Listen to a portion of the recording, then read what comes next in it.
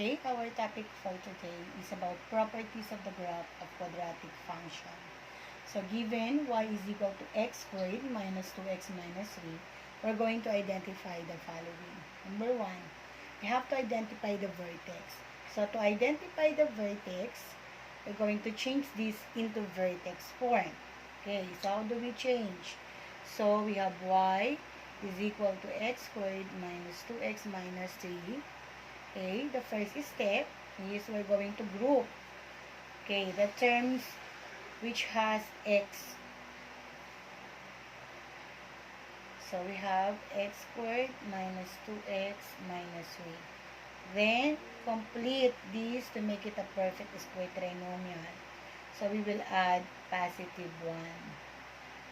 So once we add positive 1 here, we will subtract, okay, 1 outside the parenthesis. Then, next step is to get the square of binomial.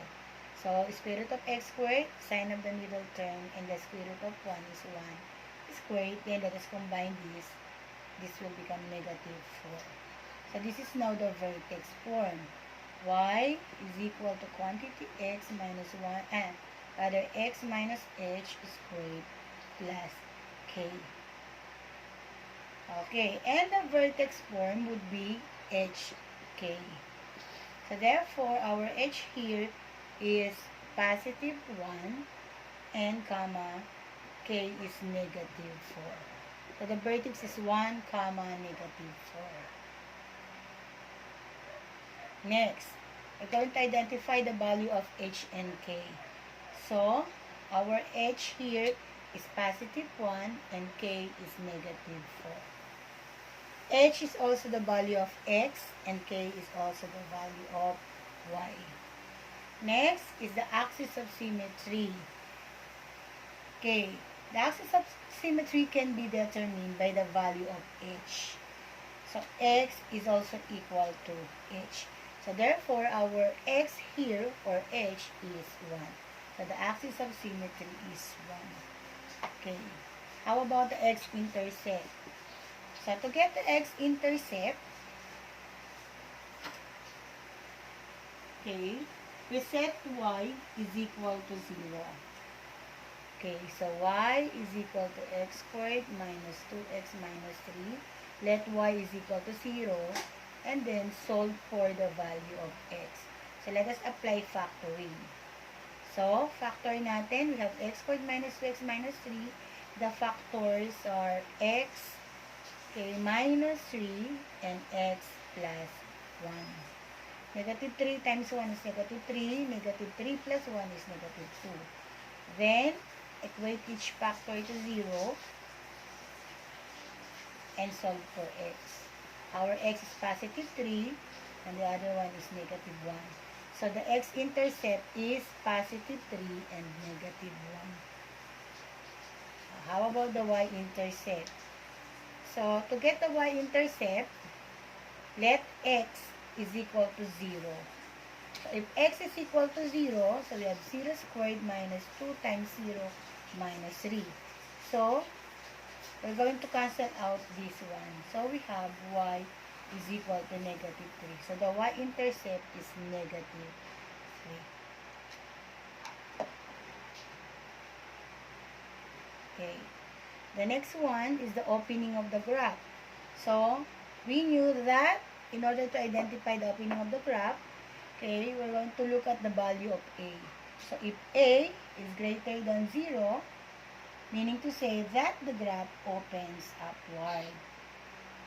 And if a is less than 0, the graph opens downward. So, since in the given our a is positive, therefore, the graph opens upward.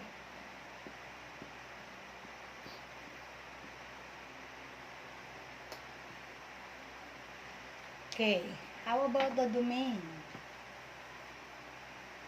So, the domain of quadratic function are real numbers. So, this is the symbol for real numbers.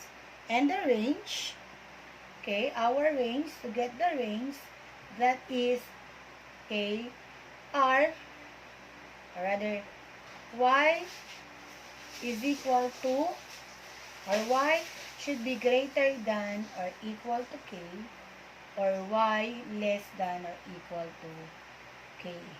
When do we use greater than or equal to k? If a is greater than 0, then we will use y is greater than or equal to k. But if a is less than 0, we're going to use, or the value of y is equal to k. Y is less than or equal to k.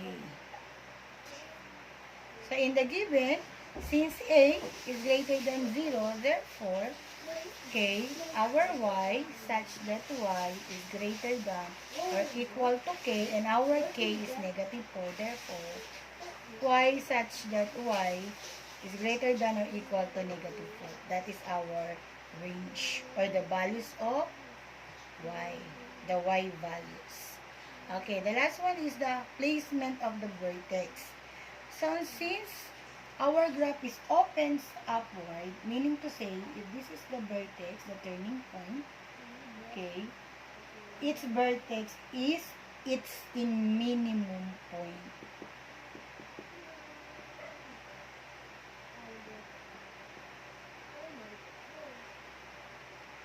Okay, our vertex is in minimum point.